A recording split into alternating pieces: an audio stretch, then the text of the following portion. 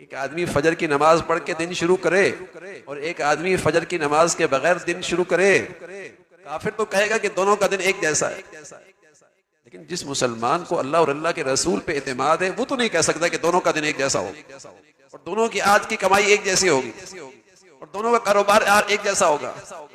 इसलिए कि अल्लाह के नबी फरमाया करते थे, सुबह की नमाज पढ़ के बाजार में गया, इसके हाथ में अल्लाह का झंडा, इस्लाम का झंडा, और जो फजर की नमाज पढ़ के बगैर कारोबार पे गया उसके हाथ में शैतान का झंडा।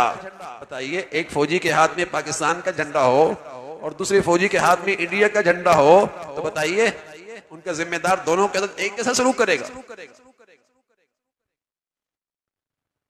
उनका जिम्मेदार उनके लिए, दोनों के लिए एक जैसा सलूक करेगा? तो एक सुबह बाजार में जा रहा है रिज़्क़ कमाने शैतान का झंडा लेकर और एक इस्लाम का झंडा लेकर, क्या बादशाहों का बादशाह दोनों के साथ एक जैसा सलूक करेगा?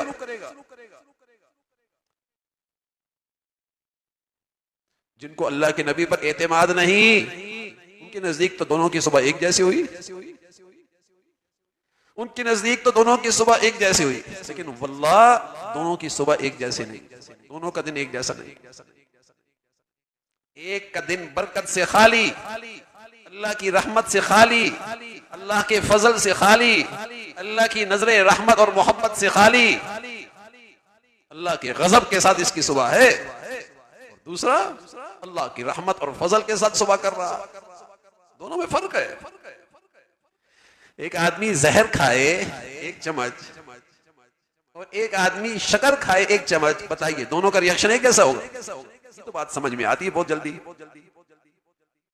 हालांकि ये बात मुसलमानों की समझ में भी आती है, काफिरों के समझ में आती है, लेकिन एक बात ऐसी है जो सिर्फ मुसलमानों को समझ में आनी चाहिए थी कि इसने सुबह नमाज के बगैर शुरू की और उसने सुबह की नमाज के साथ सुबह की। ये सिर्फ मुसलमानों को समझ में आनी चाहिए, लेकिन मुसलमानों को भी समझ में नहीं आती।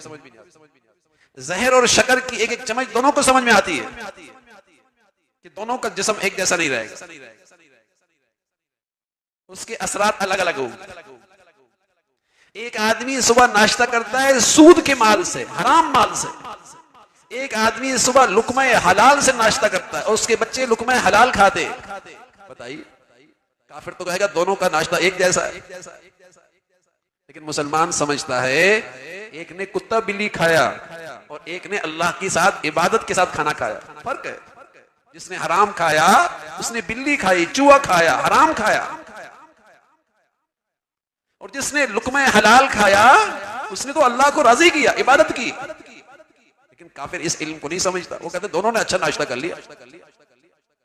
अगर एक आदमी ने रिश्वत लेकर नाश्ता अपने बच्चों को खिलाया, बददियानती और हराम कमाकर अपने बच्चों को नाश्ता कराया, और एक आदमी ने हलाल चुन चुन के चुना और अपने बच्चों को हलाल खिलाया, काफिर का इल्म तो क्या कहता है? वो तो नहीं समझ सकता, वो कहते दोनों का नाश्ता अच्छा था। लेकिन आज मुसलमान भी समझता है दोनों का नाश्ता अच्छा था, बल्कि जिसका नाश्ता हराम के साथ दस्तरखान पे बढ़िया हो, क्या कहता है? बड़े मजे का नाश्ता है, क्या स्टेटस है। क्यों? इसलिए कि ये इस इल्म से बेखबर है। अगर इसके बाद सही इल्म होता, अपने नबी के बात पर एतमाद होता, तो वो कहता ये बढ़िया नाश्ता नहीं, ये तो अपने बच्चों को चूहा बिल्ली खिला रहा, गंदगी खिला रहा। लेकिन ये जो इल्म है ये मुसलमानों का इल्म था कि नेकी और बदी एक जैसा असरात जिंदगी में नहीं करती, फर्क होता है।